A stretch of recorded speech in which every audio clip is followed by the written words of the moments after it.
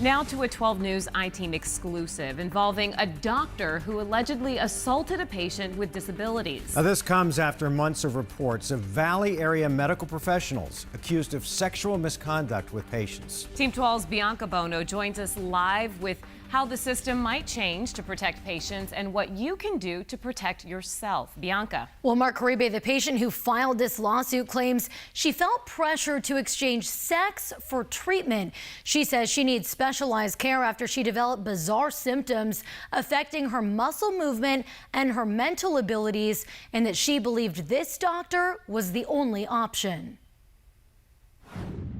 My legs and my arms would just violently move. We're only calling her MW to protect her privacy. Everyday tasks became very confusing to handle. And she didn't understand the pain. I was in excruciating pain 24/7. After watching her symptoms worsen for months, she found a neurologist. Hi, my name is Ming J. Liu. Dr. Ming J. Liu, a specialist known for movement disorders. I thought he was gonna be the guy, finally. She'd quickly find she wouldn't continue to count on his care. He said, "Do you want me to help you?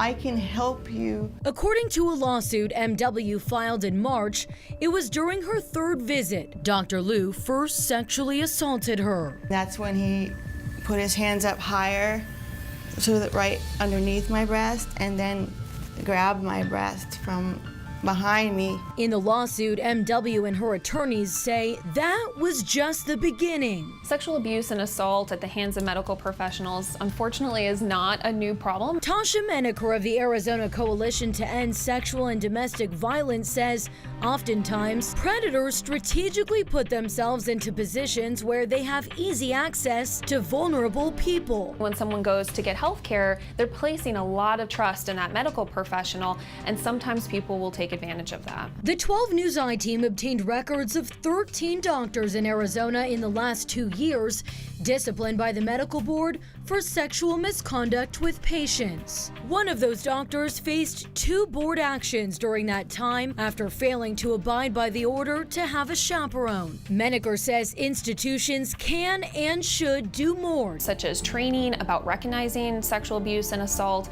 and putting policies in place so that when people do report, it's taken seriously, it's investigated properly. MW and her attorneys allege in the suit that Banner Medical Center didn't do enough to protect their patient from her doctor. The allegations against Banner relate to its own negligence for failing to enforce a chaperone policy. Joseph Diaguano, one of the attorneys representing MW. There should have been a policy in place that no patient should ever be left in the office alone. Chaperones are not required by Arizona law, but the medical board considers it a best practice. Still, MW alleges some of the assaults happened outside the doctor's office altogether. He wanted to take me to this specific restaurant and see how I acted in public. Instead, the lawsuit alleges he drove her to his house. After that, I was really nervous, and he said, "Do you want something to drink?" And when I opened his refrigerator, he had a couple bottles of wine. She says he then asked if she wanted to take a shower. He got behind me, and I was like, "What are you doing?" The lawsuit alleges her doctor then raped her, and that he would go on to assault her several more times. He made it kind of clear that when he had touched me the first time in the office, that if I said anything, that it would stop. He wouldn't help me no more. MW started getting treated by Dr. Liu in October 2018. In January, she told her caretaker she didn't want to see him anymore. That's when they reported the alleged sexual assaults. I felt embarrassed. I felt hurt. Dr. Liu refused to speak to us for this story, but his attorney told 12 News in a statement the doctor denies all allegations. Quote, "Time will prove that the charges in that lawsuit have no basis." Dr. Liu has since been fired, his medical license suspended pending an investigation.